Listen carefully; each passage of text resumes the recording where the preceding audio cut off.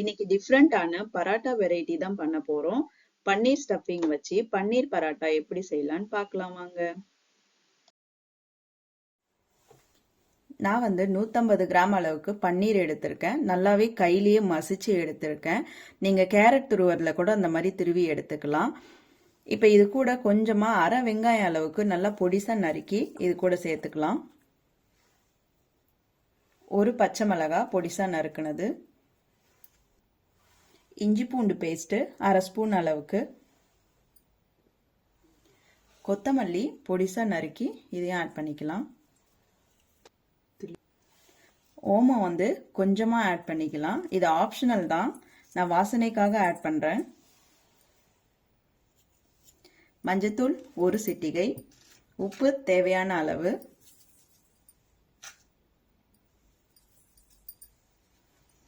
ஜீரக powder 1/4 table spoon, மிளகாத்தூள் 1/4 table spoon, தனியாத்தூள் 1/4 table spoon, garam masala 1/4 table spoon. இப்போ கையிலேயே நல்லா பொறுமையாக கலந்து கொடுத்துக்கலாம். இந்த மாதிரி இந்த அளவுக்கு எல்லாத்தையுமே நல்லா மிக்ஸ் பண்ணியாச்சு. எப்பயும் போல சப்பாத்தி மாவு இந்த மாதிரி பிசைஞ்சு எடுத்துக்கலாம். இப்போ இதுல இருந்து ஒரு பார்ட் மட்டும் நம்ம எடுக்கலாம். கொஞ்சமா ஒரு உருண்டை பிடிக்கிற அளவுக்கு எடுத்துக்கலாம். கொஞ்சம் அதிகமாகவே எடுத்துக்கலாம். அப்போதான் ஸ்டஃபிங் நல்லா வச்சு நம்ம உருண்டை பிடிச்சி தேய்க்கிறதுக்கும் நல்லா இருக்கும். ரொம்ப சின்னதாக பிடிச்சிட்டிங்கன்னா உருண்டை பிடிச்சிட்டு அதில் ஸ்டஃபிங் வச்சு தேய்க்க முடியாது, எல்லாமே மேலே வரும். அதனால இந்த மாதிரி கொஞ்சம் பெருசாகவே கையகலத்துக்கு பிடிச்சிக்கலாம். இந்த மாதிரி இப்போ இந்த அளவுக்கு உருண்டை பிடிச்சாச்சு. இதை நம்ம இந்த மாதிரி ப்ரெஸ் பண்ணிக்கலாம் கொஞ்சம். அப்போதான் ஸ்டஃபிங் வைக்கிறதுக்கும் நல்லா இருக்கும் உள்ள. இப்போ இந்த அளவுக்கு பண்ணியாச்சு. இப்போ இந்த மாதிரி உள்ளங்கையில் வச்சுக்கலாம். இந்த இடத்த கொஞ்சம் சென்டர் பண்ணிட்டு நம்ம ஒரு ஸ்பூன் அளவுக்கு இந்த பன்னீர் ரெடி பண்ணி வச்சிருக்கோம் இல்லைங்களா, இதை இதில் வைக்கலாம். ஸ்டஃபிங் வச்சு கொஞ்சம் லைட்டாக இந்த மாதிரி கொடுக்கலாம், அழுத்தி கொடுக்கலாம்.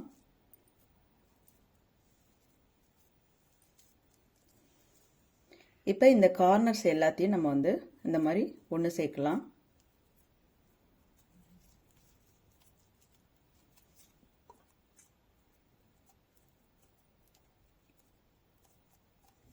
இப்போ பாருங்கள், நல்லா க்ளோஸ் பண்ணியாச்சு.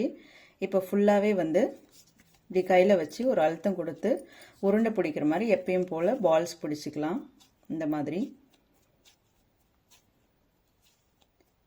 இப்போ சப்பாத்தி கட்டையில் வச்சு தேய்க்க ஆரம்பிக்கலாம். இப்போ கோதுமை மாவு இந்த மாதிரி எடுத்திருக்கேன். இதில் ஃபுல்லாக டிப் பண்ணிக்கலாம். நல்லாவே எல்லா சைடும் டிப் பண்ணிக்கலாம் இந்த மாதிரி.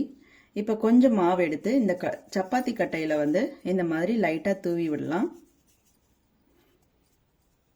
இப்போ இதை இதில் வச்சு கையிலே ஃபஸ்ட்டு ஒரு லேயருக்கு கொஞ்சமாக ஒரு ரவுண்டுக்கு கொஞ்சமாக இந்த மாதிரி அழுத்தம் கொடுக்கலாம். அப்போ தான் உங்களுக்கு நல்லாவே வரும்.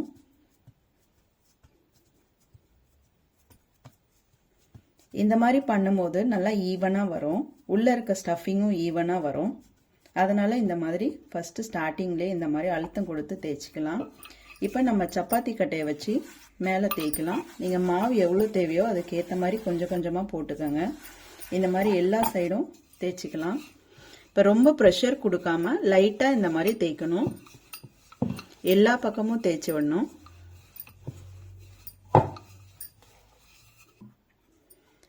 இப்போ இன்னொரு சைடும் திருப்பி போட்டு ஃபுல்லாக மாவு இருக்கிறதெல்லாம் தேய்ச்சிக்கலாம். தேய்க்காமல் விட்டுட்டிங்கன்னா ஒரே இடத்துல நின்றோம். அதனால் இந்த மாதிரி தேய்ச்சிட்டு மறுபடியும் இந்த கார்னர்ஸ் எல்லாம் நல்லா தேய்க்கிற மாதிரி ப்ரெஷர் கொடுத்து லைட்டாக இந்த மாதிரி தேய்க்கலாம்.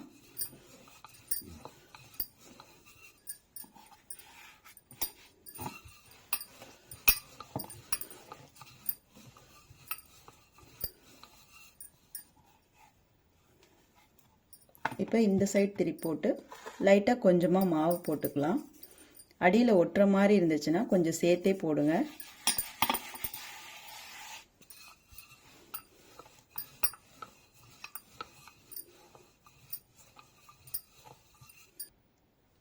இப்போ இந்த மாதிரி எல்லாத்தையுமே எல்லா கோதுமை மாவு நம்ம ரெடி பண்ணி வச்சுருக்கோம் இல்லைங்களா, அதில் பால்ஸ் பிடிச்சி ஸ்டஃபிங் வச்சு இந்த மாதிரி தேய்ச்சி எடுத்து ரெடி பண்ணிக்கலாம். பேன் நல்லா ஹீட் ஆயிடுச்சு. இப்போ ரெடி பண்ணி வச்சிருக்க இந்த சப்பாத்தி மாவை இதில் போட்டுடலாம்.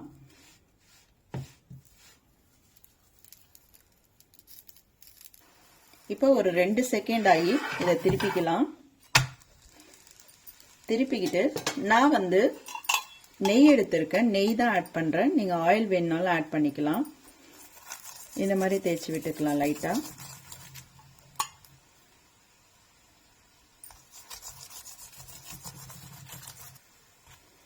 இப்போ மறுபடியும் உடனே இந்த சைடு திருப்பிக்கலாம். திருப்பிட்டு இந்த பக்கமும் நான் நெய் ஆட் பண்ணிக்கிறேன்.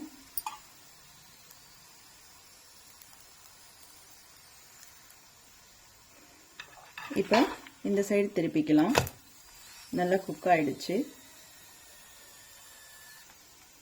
இப்போ எல்லா சைடுமே கலர் மாறி இருக்கு. இந்த ஸ்டேஜ்ல இதை எடுத்துடலாம். இப்போ மீதி இருக்க எல்லா சப்பாத்தி மாவு தேய்ச்சது எல்லாத்தையுமே இந்த மாதிரி போட்டு எடுத்துக்கலாம்.